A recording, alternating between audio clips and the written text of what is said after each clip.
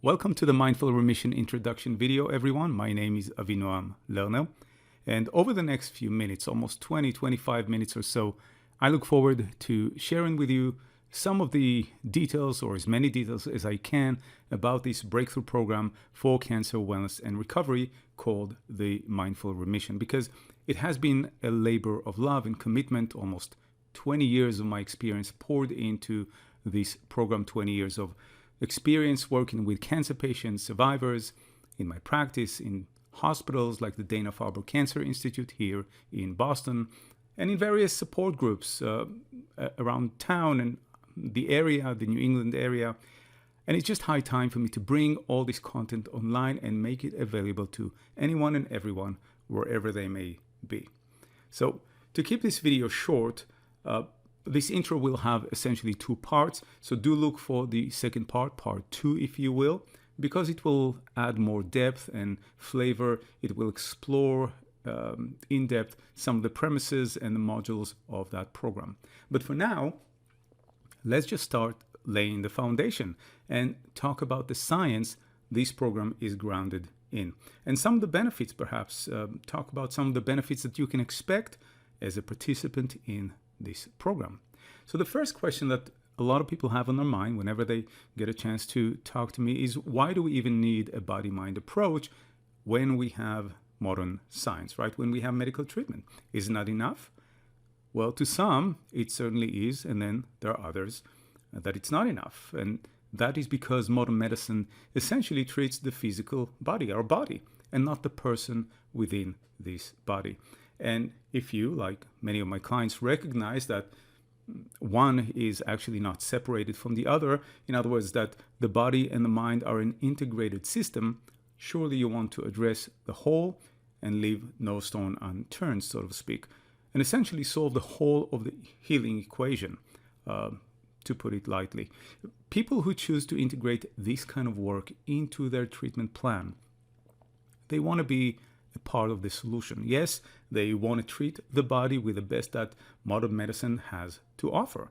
But they often state that because treatment is applied only to the body, to the physical body, they themselves, the person within this body, they feel separated from the illness, or even more importantly, from the recovery process, as if it has nothing to do with them.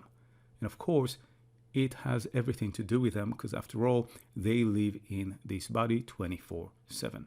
So if medicine performs its miracles, and it often does, but they leave the person within untouched and unchanged, at least some of my clients are concerned that the same conditions, the same environment, if you will, internal environment, that rendered the body vulnerable to illness in the first place, that it will still be intact and therefore will allow the cancer to resurface.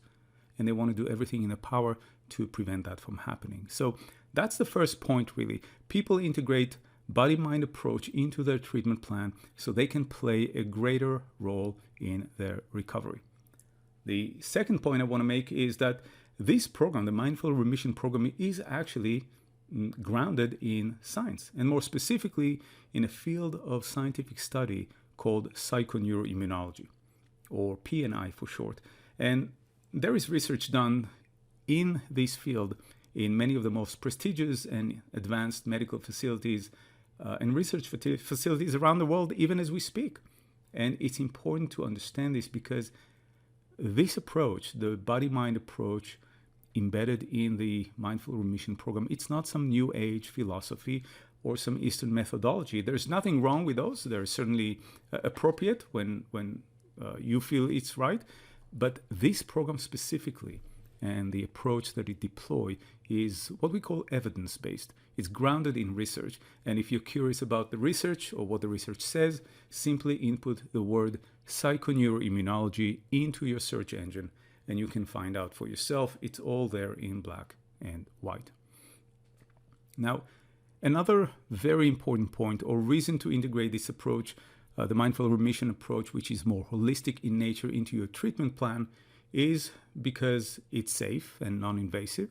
There is no side effect, right? There's no medication or prescription. There's no hospital stay. There's no change or negative impact on your quality of life. In fact, it's the other way around.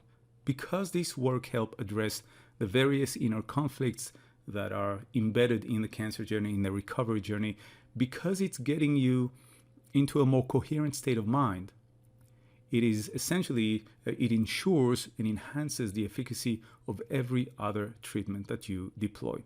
In other words, everything works better when you work better. That's the bottom line.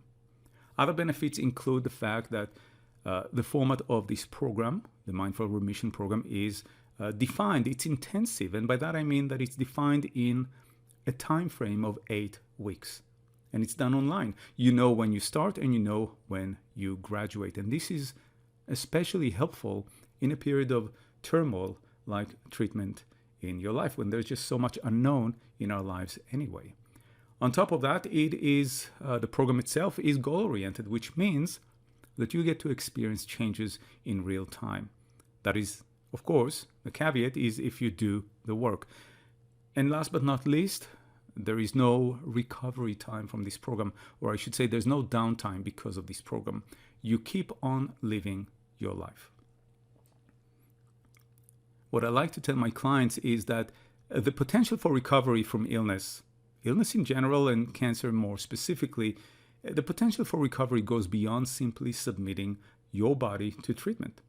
Your mind is your greatest ally in the recovery process, and that's not even a controversial statement anymore, because if you ask any medical provider, certainly your medical team, they will tell you that getting into any procedure in the right state of mind will yield better outcome, fewer complications, and research certainly support that, absolutely. Now, before we dive too deep into the content, let me take a moment to introduce myself in case you happen to wonder who I am and why am I even giving this presentation. So, as I've stated at the beginning of the video, my name is Avinoam Lerner. I'm a cancer recovery specialist and have been supporting the cancer community for almost 20 years now. I'm not a medical provider. I'm an integrative medicine practitioner as such. We have very different skill sets, and you can certainly learn more about my work, about what I do, watch my TEDx talks, explore some of the books that I've written and some of the programs, the audio programs that I've created over the years. It's all there on my website, and the address is below on this slide. Having said that, or with that said, let's just move forward and address some of the more common points about the mind, illness and health in general that people are curious about, and maybe you are curious about them as well. So, can our mind, can our thoughts and emotions and beliefs stress or impact our physiology, even promote illness? And the answer is absolutely yes. And we know that through research. If you look into the study of Psychoneuroimmunology, or PNI, you will definitely see it on black and white. It's right there. But having said that, it's important to clarify that it isn't simply, I'm thinking negatively and therefore I'm sick. It's not like that. It's more complicated than that, because the body is a complicated system, complicated environment. What the study of PNI points out to be true is that certain states of mind, from research perspective, primarily stress has the capacity to negatively impact or negatively influence the functioning of our immune system, thus diminishing the body's resilience, its ability to defend itself against carcinogenics and other disease agents. And the end result of this process is that the body is left vulnerable. And when the body is vulnerable, or when the body's defenses are down for a long period of time, it becomes vulnerable, and then illness can more readily develop. That's how it works. It's not a direct link between certain emotions and certain illnesses, but rather it's how our emotions, how our belief systems, and our states of mind impact our biology, our bodies, or body systems, biology systems, to the point where illness can get the upper hand. Does that make sense? So, if that's true, which it is, then which thoughts, which emotions or belief systems, I should say, affect us the most? Well, according to PNI research, the Psychoneuroimmunology research, stress is the main one that they pointed out have the capacity to suppress immune function or down-regulate immune function, as they say. But it also pointed out to emotions like hopelessness, helplessness, like trauma, shame, rage, all of those various difficult emotions, if you will. They also have the ability to inhibit the working of our bodily systems. Now, the next item by which we are curious is, so by which means? In what way, what mechanism might we deploy or might we be able to use to address these factors? How do we change those states of mind that we know through research are limiting and harmful? Well, let's say that we accept the premise that our state of mind impacts our biology, right? How do we intervene? How do we resolve them? Well, the main challenge for medicine in general with regard to answering this question was that at first, researchers didn't have a rational explanation of how by working through the mind, which is the non-physical part of who we are, right? It's not the brain, which is the organic 3-pound gray matter organ in our skull. The mind is the non-physical part of who we are. So how by working through the non-physical can we actually affect the physical body? How do we impact our biology? And the answer came about back in 1975 with the birth, if you will, of psychoneuroimmunology. And now we have the answer. And how it works, we get more in depth into how it actually works during the program. I want to keep this video short, but it's important to understand, yes, it works. Does it work 100% of the time? The answer is no. It does not. And it's important to be realistic here, or everywhere actually, especially when it comes to our health. It's important to be realistic. And then again, it's helpful to remember that no medical treatment works 100% of the time. It's just the nature of medicine and life, which is, when you think about it, just another reason to integrate the non-medical or more holistic approach, the mindful remission approach, into your treatment plan, because then you get the best of both worlds.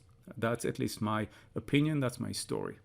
And to answer the questions whether emotions impact our physical response or our biology, that seems kind of redundant because we're all familiar or have firsthand experience, I should say, with the correlation between emotions and physical experience. For example, if you take the experience of sadness and what may often enough happen in the body as we experience sadness. For many people, maybe not you, but for many people, there will be tears. When we are sad, we tend to cry.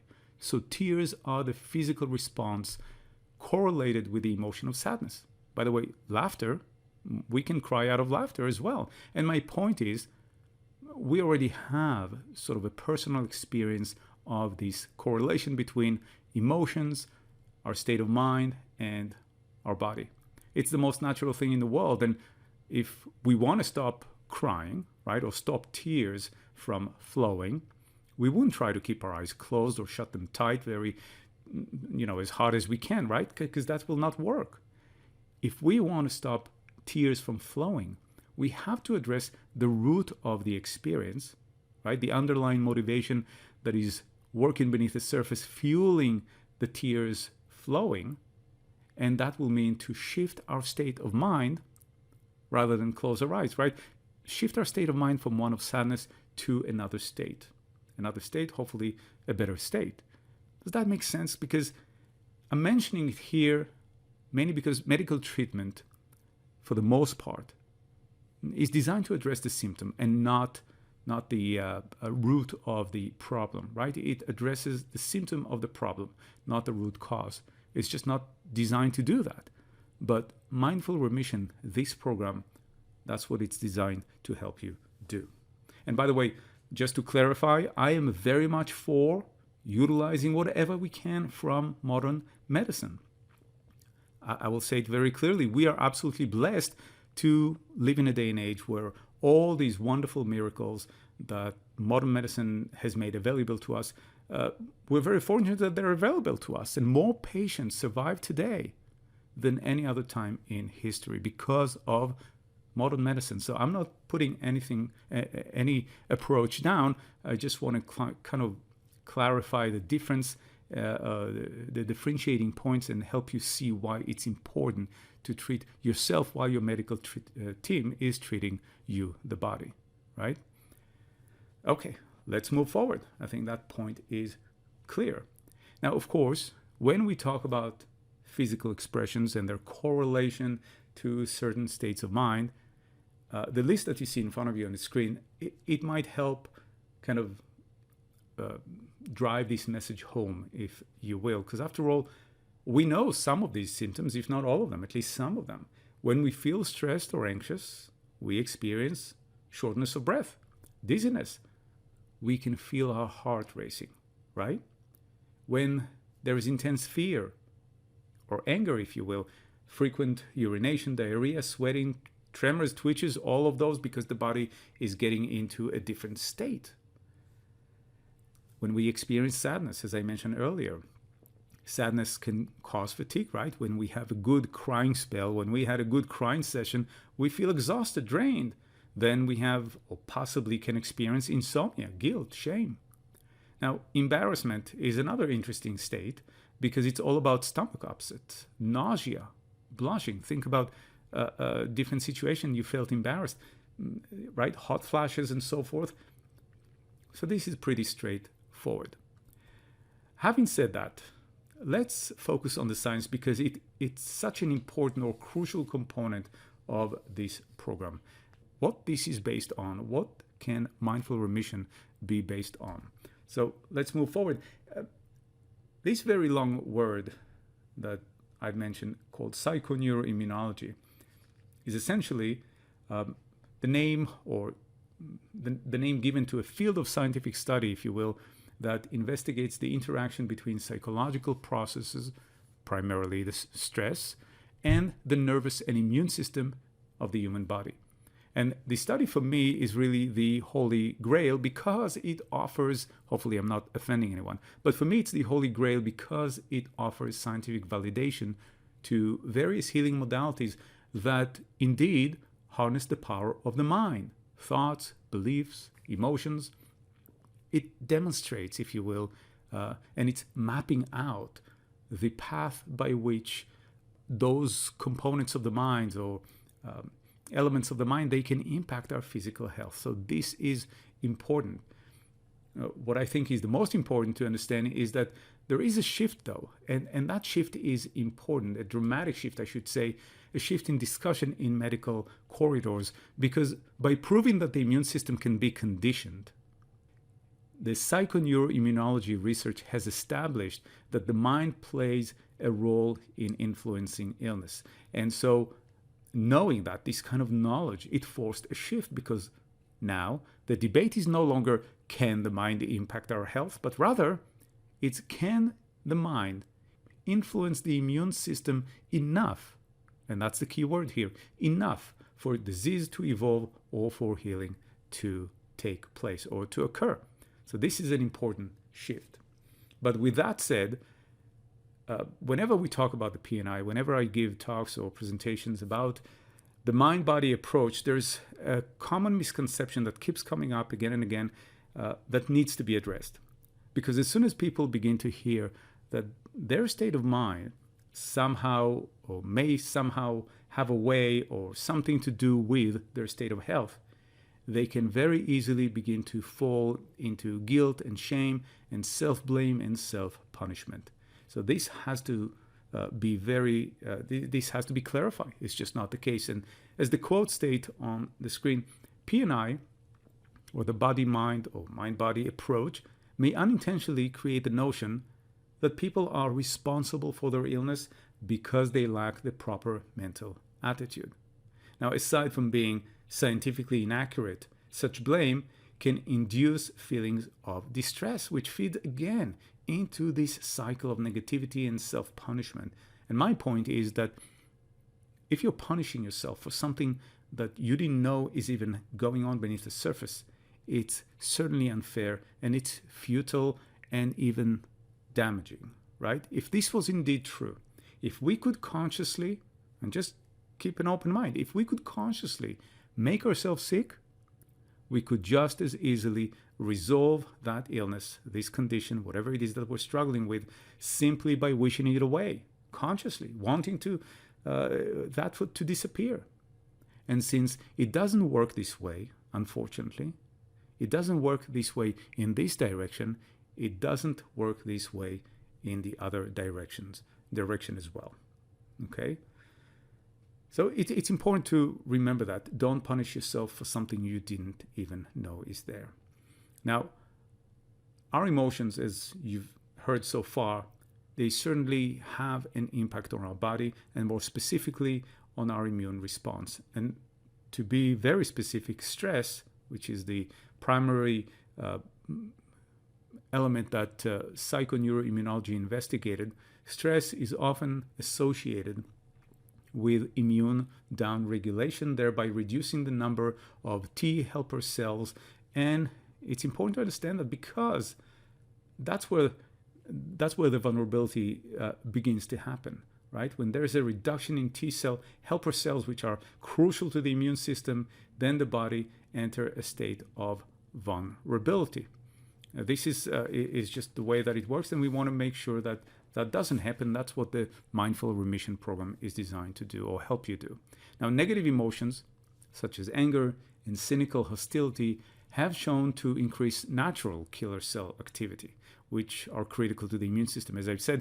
And what's really important here is that either direction of change may cause potential disruption in the normal functioning of our immune system. So either direction, if we have too much, it's one thing. If we have too little, it's another. We want to make sure that somehow we are at a balance point, right? It's a balancing act.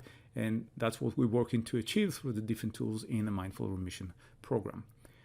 Again, the correlation between our state of mind and the functioning of our immune system, this is what we work at. This is where we can have control, because oftentimes there's very little that we control as we undergo treatment. So managing our mind and our emotions and learning how to do that properly and effectively, it's where we take control over our experience. It's how we get into the driver's seat of our experience as we go through treatment.